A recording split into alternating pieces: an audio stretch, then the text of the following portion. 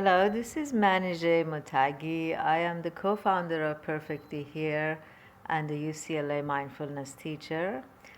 Today I'd like to talk to you about how I touched pure equanimity on a 10-day silent retreat. But the retreats that I have been taking in the past 14 years have been 99% silent for the participants. These have been mainly mindfulness Buddhist retreats. The purpose behind these retreats is to retreat from one's general activities and take the opportunity to cleanse your mind, train your heart, and learn from ancient wisdom teachings.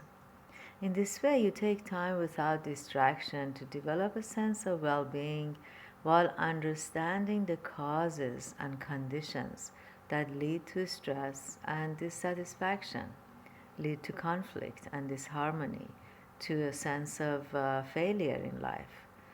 During these retreats, we practice meditation in different postures, mainly sitting, standing, and walking. We follow the guidance of a teacher or teachers, and usually there is an area of focus for the practice.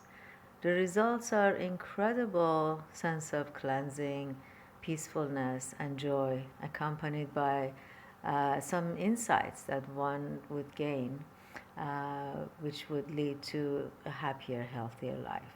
This time, because I was at home, I was able to tune into the teachings and apply them much more easily, actually. I did 70% of the meditations in walking posture, which proved much more effective for me. It was actually, I think, much easier because it was in a private setting of my own comfortable home. I could do my own laundry the time I wanted to do, wash the dishes quietly, cook my own food, sleep in my own bed, shower when I needed to, and not have to share, and also not have to live out of a suitcase when we usually go to another site for a retreat. I mean, those are really fantastic to go away from your environment, but there was an added sort of benefit to do it at home, and that was to bring the structure of daily meditation into the environment that I live. So it was very helpful for me to actually continue with the meditations after the retreat was over. This time, the instructions were around the four foundations of mindfulness, which were offered by Lumpa Pasano. Lumpa, also known as Ajahn Pasano, he's the uh, retired abbot of Abhayagiri Monastery, now the guiding elder of the monastery. This time the instructions were incredibly accessible to me, much more than before, ever before. I don't know if it was because it was my 10th time doing it, or because it was in my comfortable space, or um, or because I had actually prepared 2 days before the retreat. I actually prepared myself, quiet things down. I turned the television around, facing it to the wall, and removed anything that could be distractive. Just kind of prepared my mindset for the retreat. That might be also something that was helpful. So I tried really with complete earnestness to apply the teachings during each meditation session, and posed any questions for the Q&A. Ajahn Pasano, Ajahn Karnadammo, Ajahn Naniko from the monastery, they took each question and teased them out in a very easy to understand. They helped me continue time after time, day after day. So the daily structure was this. The daily structure involved 2 sessions of teachings, one Q&A in the afternoon, and about maybe 10 or more sessions of meditation every day, plus a qigong exercise to help our bodies cope with all the sitting.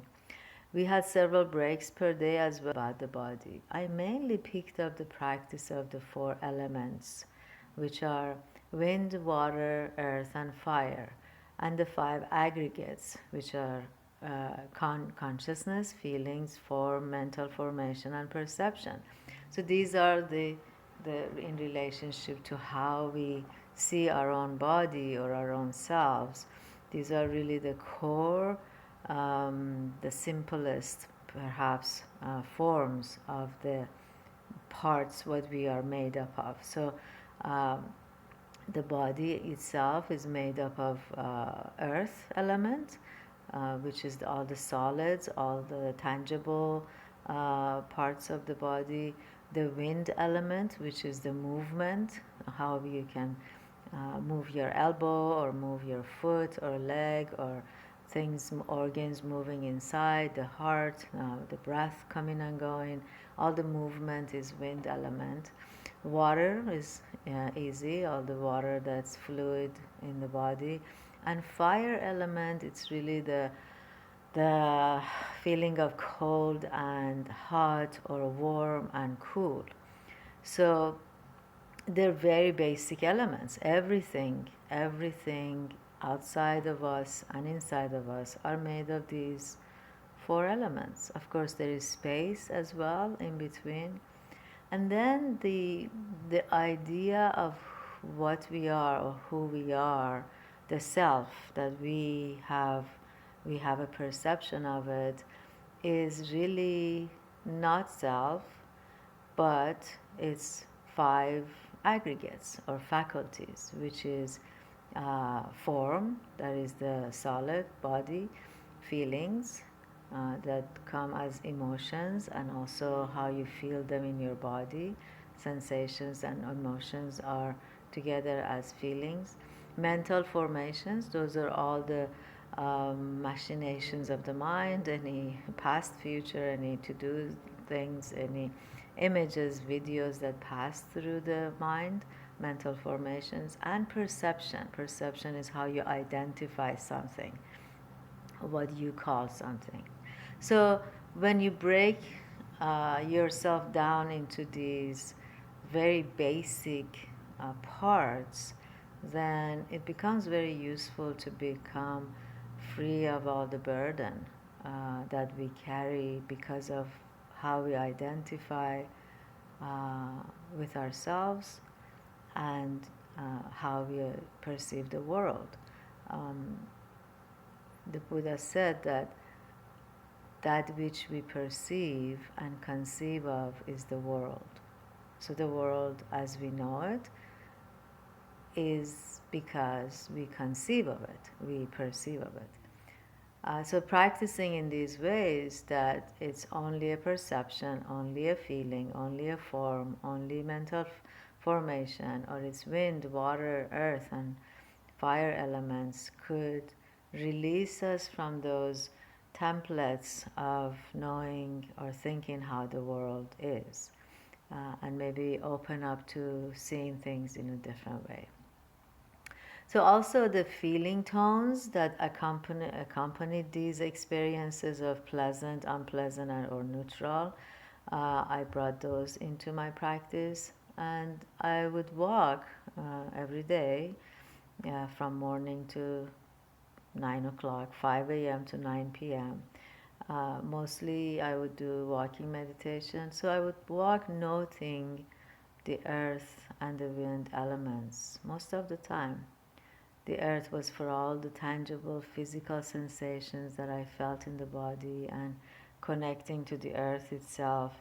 And the wind element for when my body and legs were moving forward to take a step. Focusing on those 2 elements, especially on the wind element, as my leg and foot would move, I noticed my walks became slower and more felt than just noting. There was no thinking about it, but I was feeling them. With every move of each foot through the air, everything slowed down. And with the landing of the foot, I'd feel the earth element, then notice a sense of touch, and the associated feeling tone of mildly unpleasant or mostly neutral. I felt small muscles in my legs, hips, and backs move to compose each one of the steps throughout these walking practices. As days went by, I noticed feeling as feeling, not calling it anything, just a physical experience. The body as earth, breath as wind and earth, and no mind, no thoughts of friends or family, uh, nothing about Thanksgiving dinner or the election or the TV shows that I'd been watching before the retreat. Nothing else but the noting of these elements.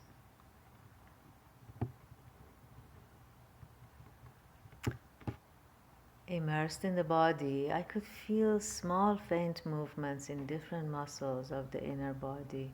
Not knowing what organ they might be, everything came through the recollection of the four elements.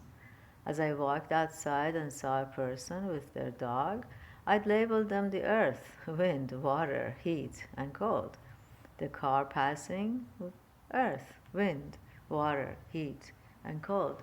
The bird, the green plant, the tree, all as earth, wind, and so on. Slowly, I noticed that my steps became very considerate of what I was stepping on. It wasn't me being compassionate to the ants and other creatures. It was an organic, natural awareness to step away from dirt and onto pavement, so to reduce the chance of harming. I became aware of this consideration as an empty of Manijeh doing it. I didn't even label it anything, I just noticed it. My heart became filled with something very pleasant. It was not the emotion of happiness or gratitude, it was more refined, very silent and quiet. Then I continued day and night, just observing the elements and the aggregates, and brought questions to the ajahns for clarification. On one occasion, as I heard sounds, I looked for bare consciousness before the sound hit the consciousness. I thought, oh, that would be something to find consciousness of sounds, but before sound hit it. And I think I tapped into it for a second or so, for a short period of time. And then instantly, I felt something in the pit of my stomach that resembled fear. I looked at this feeling and wondered, why fear? There's nothing to be afraid of. And logically, my mind just said, well, maybe I'm about to see something that the little me is not ready for it yet. I let that thought go and continued walking. I stopped and looked into my mind to know the quality of my mind, as one of the practices or foundations of mindfulness is to contemplate the mind, to see what's up with your mind. So as I searched for the mind in my head, it felt really tight. I looked closer and realized it actually was my temples that felt tight. Then a thought occurred to me, maybe I'm focusing too hard to find it. So I softened. Then the question arose in me, is the mind in the head? What if it's not in the head? So I went feeling my thumb to see if I found any mind there. The bell rang and I had to stop. So I put the question to the ajahns, explaining my experience. Ajahn Karunadhammo, who was the teacher doing the Q&A that day, he explained that the mind is not in the body, that in fact the body is in the mind. Now I had to go figure this one out. The mind is not in the body, but the body is in the mind. He also said that the fear of tapping into consciousness is normal. It's normal for fear to arise because the mind is not used to having no stimulation. I guess in consciousness there is nothing. It's pure awareness. He thought I may or may not experience it again, that I should continue practicing.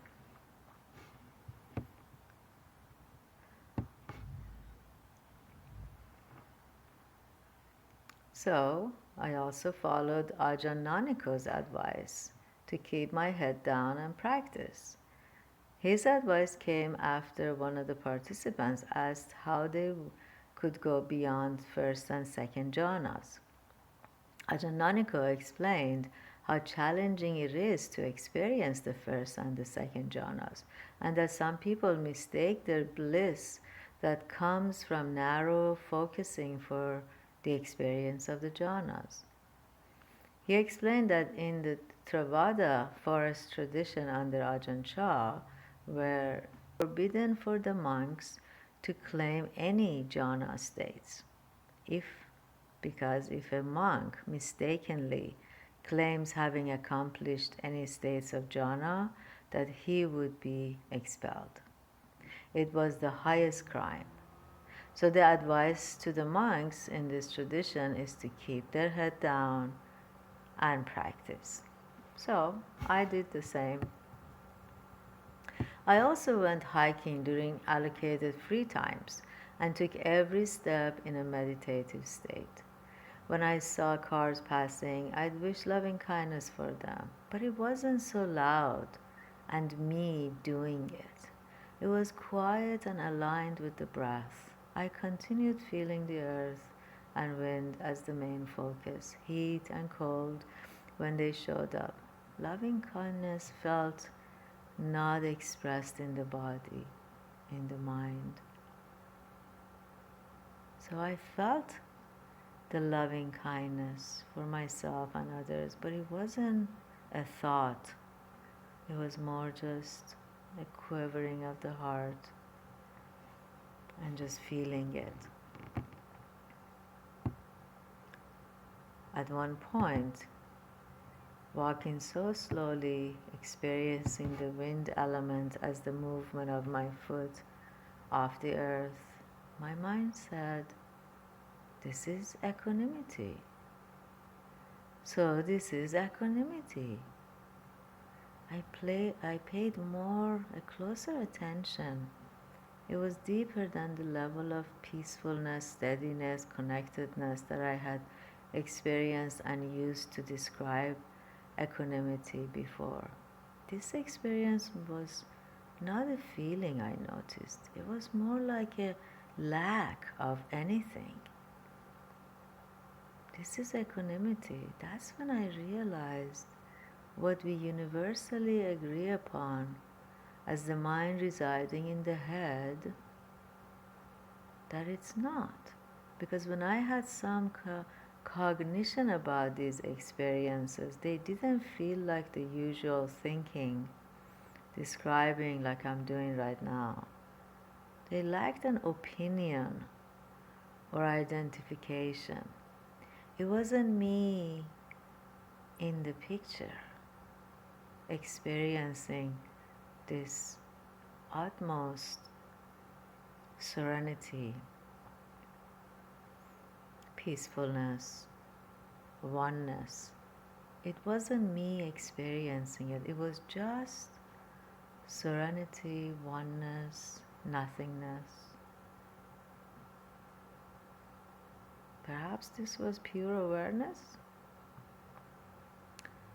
One of the explanations offered by the Ajahns about the state of awakening was recounting the Buddha's description of awakening using the metaphor of light, hitting an object to make light known. So if you want to see light, there needs to be an object to show light.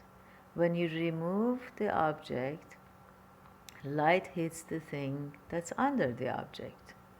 When you remove the thing under the object, light hits the earth. When you remove the earth, light hits nothing. So we can no longer see the light, but light is still there. That's what he explained the state of awakening is. The light is there, but if it doesn't hit anything, you don't see it. That's just a metaphor, of course,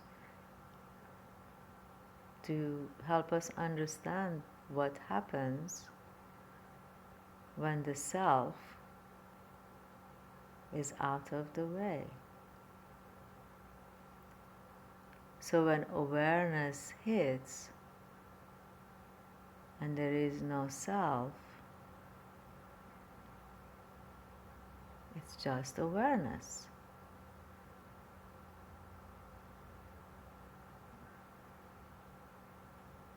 Did I experience a moment of awakening? I would not presume.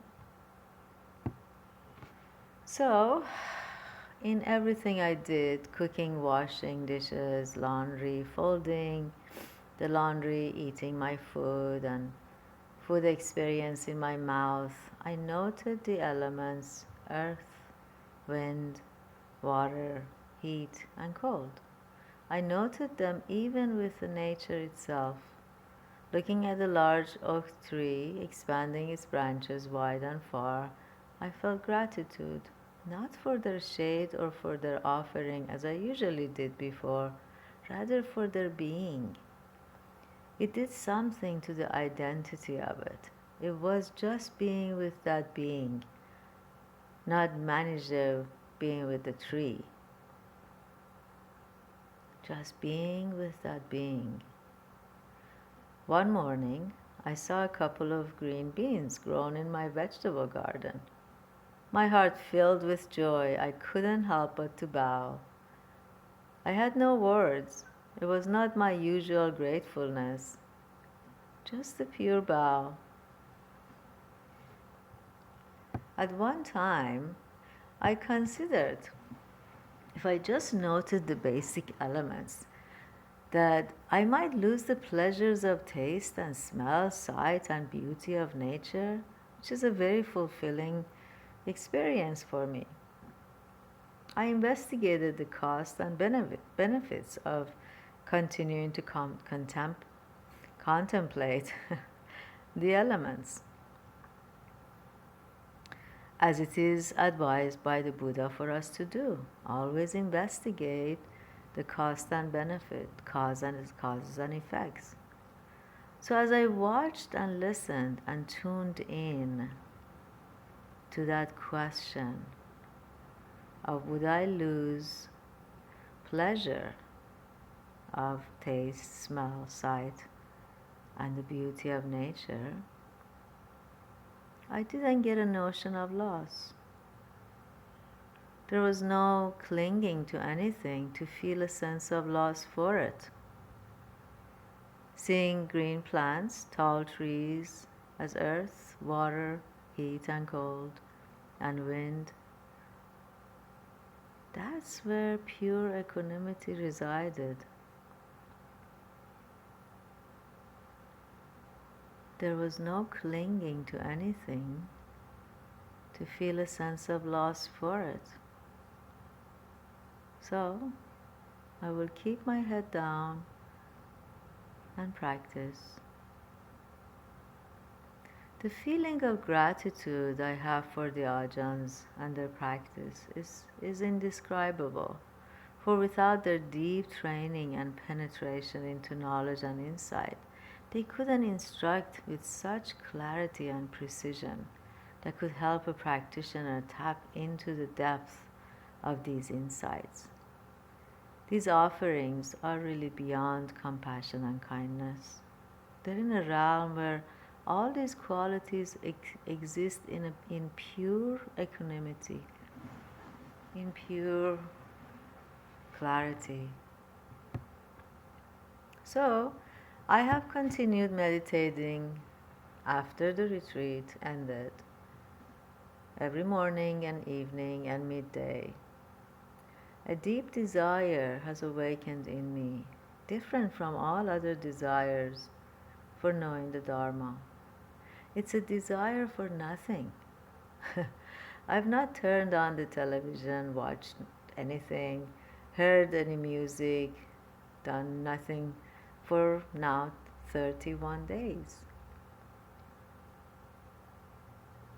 Once I visited family for the weekend, and there was noise, television, loud music, and restlessness, which are normal to them, and it'd be normal for me as well in the past. But now my mind is crisp and clear, and I could feel the causes of unhappiness much more acutely. I can see how distraction by all these things that entertain our minds keep us in conditions that are the causes for our unhappiness. So that's it. So much stress and anxiety out there, and it's important that we can take care of ourselves, guard, practice the right effort of the Eightfold Path, of the teachings of the Buddha. Right effort is about the kind of effort, not how much effort, which is usually what people mistake. They think it's how much, but not really how much, though that's a small part of it. But what kind of effort? If you're making effort and spending time, resources, and energy on something, what do you make your effort on? And right effort is really about your mind, how the quality of your mind, which is you protect, you guard your mind from all kinds of things that would influence it and bring in qualities that cause anxiety, stress, anger, sadness, yearning, longing, jealousy, envy, all kinds of irritation. So you guard yourself. But before you guard, you have to recognize things that you would guard yourself against them. So if you don't see, for example, that a certain type of music or lyrics or shows or anything like that is influencing your mind to be unhappy afterwards or during, then you're not going to be wanting to guard yourself against that. It's important to see. So, with right effort, right view or right understanding is important, and also right mindfulness. These three work together. So, right mindfulness is to be able to contemplate or aware of your body, your perceptions, your feelings, mental formations, being aware of how you are conceiving the world. And then in right effort, you guard yourself against pollutions, mental pollutions, viruses, and then you weed out or pull out or cleanse your mind from all the pollutions that are already there, the illness, the sadness, the irritation, the anger, the jealousy, envy. You clean it up, and then you plant seeds of goodness. You plant seeds that nourish you, of loving kindness, of generosity, of peacefulness, of gratitude, of patience. So you plant those, and then the last thing in right effort is to maintain, is to water those seeds that you have planted. nourish them. So it's a whole path. It's not just the mindfulness of the breath and quieting the mind or relaxing the body, but the whole entire path that can lead us into more optimized living, better relationships, better health, better finances, more happiness, reliable joy and happiness. So when I practice these things, obviously, and I reap the benefits of them, I understand that those other things that give me temporary pleasures, I am willing to let go of them easier and easier now that I have more experience of it.